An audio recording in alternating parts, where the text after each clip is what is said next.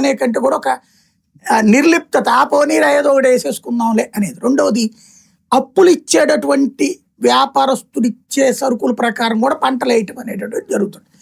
ఇట్లా జరుగుతున్నప్పుడు రైతు ఒక మోసదారులు వెళ్ళినప్పుడు గిట్టుబాటు ధర పడిపోతుంది. ఇప్పుడు చూడండి, టమోటా ఒక్కోసారి ఉన్నట్టుండి 10 రూపాయలకి పడిపోతుంది, ఒక్కోసారి 100 రూపాయలకి వెళ్తుంది.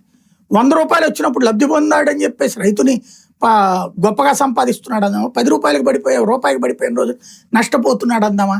దీనికి ఆల్టర్నేటివ్స్ ప్రభుత్వాలు చెప్తాయి, అయ్యా నువ్వు ఈ పంట ఇవ్వక అని చెప్పి. వినరు, వీళ్ళు వేసేస్తారు. ఇప్పుడు టొబాకో కూడా అదే జరిగింది. వీళ్ళు పండించడానికి ఇన్ని ఎకరాల్లో పండించడంటే దానికి డబ్బులు పండించారు, నువ్వు పండించద్దని నువ్వెవడో చెప్పడానికి అంటారు. ఆ తర్వాత కొనుక్కునే వాళ్ళు లేకపోతే ఎందుకు అంద ప్రభుత్వం అంటారు. ఎవరిని అడగాలి ఇక్కడ?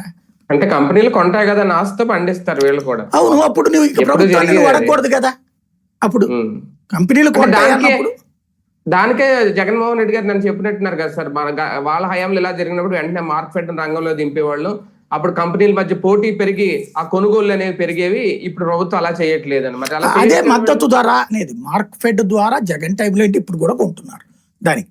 కానీ వీళ్ళు దానికి తెలివి మీరిపోయారు వ్యాపారి.